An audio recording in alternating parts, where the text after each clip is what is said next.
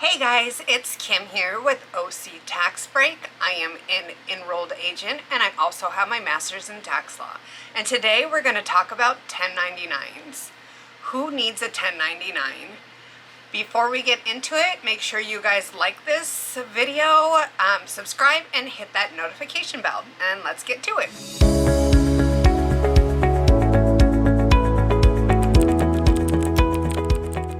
Who needs a 1099?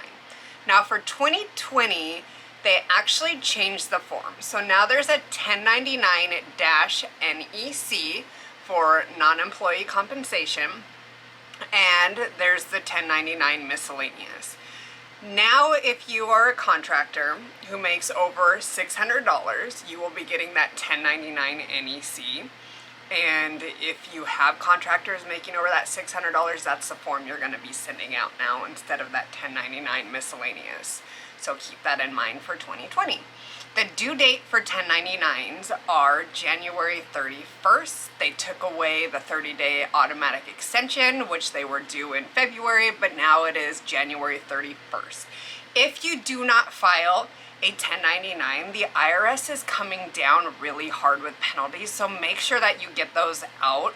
If you do have contractors during the year, send them a W-9 during the year when you're paying them, and if it's over that $600 threshold, so that you make sure you have all the information at the end of the year, and it's super easy to send out those 1099s instead of trying to get a hold of them and get their information last minute. So let's start with the 1099 miscellaneous.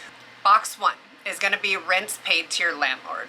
So if your landlord is not a corporation and they're either an LLC or a sole proprietor, make sure you're sending them a 1099. Ask them for a W-9 when you get that new lease agreement, or if you already have been in there a while and haven't 1099 them, ask them for a W-9 form so that you can 1099 them at the end of the year, because you don't want to be disallowed that amount for rent.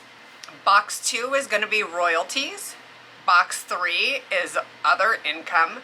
Box 4 is going to be any federal income that you have withheld from them. If you have, usually most people don't, but if you do, put that in box 4. Box 5 is going to be fishing boat proceeds.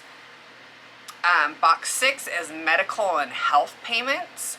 Box 7 now, it used to be where you put contractors, all your subcontractors' income. Now it's a check mark that you do. So if you paid anybody who did any direct sales of over $5,000, you're going to make sure that you check mark that box. Box 8 is going to be any substitute payments in the lieu of dividends or interest. Box 9 is going to be any crop insurance proceeds. And box 10 is proceeds paid to an attorney. Even if they are a corporation, you can still 1099 them for that. Box 11 is just blank, so you don't need to do anything with that box. Box 12 is any deferrals from Section 409A. Box 13, any excess golden parachute payments. Box 14 is going to be non-qualified deferred compensation.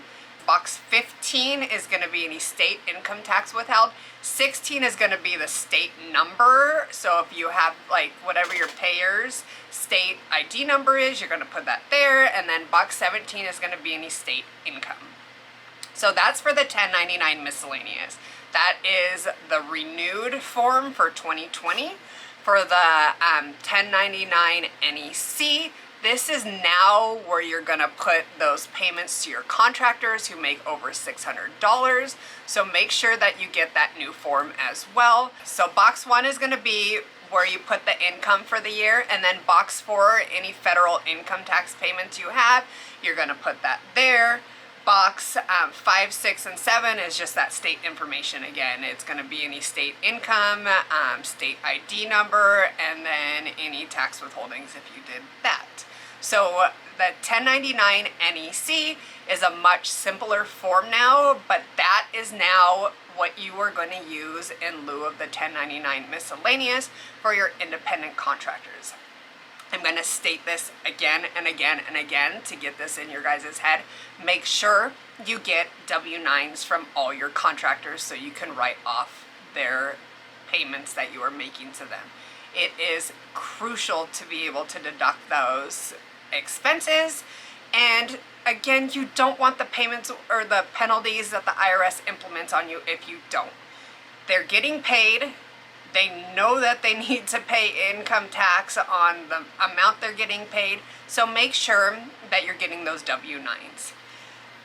My email is going to be down below. If you guys ever have any questions, reach out to me. I have my website as well. So, and also the comments. So if you ever have any questions or topics that you want, make sure to comment down below or reach out to me, and I can definitely do a video on it or get back to you on any information that you need. Hope you guys enjoyed this video. Make sure you like it, subscribe, and hit that notification bell. And I will see you guys again in the next video. Bye.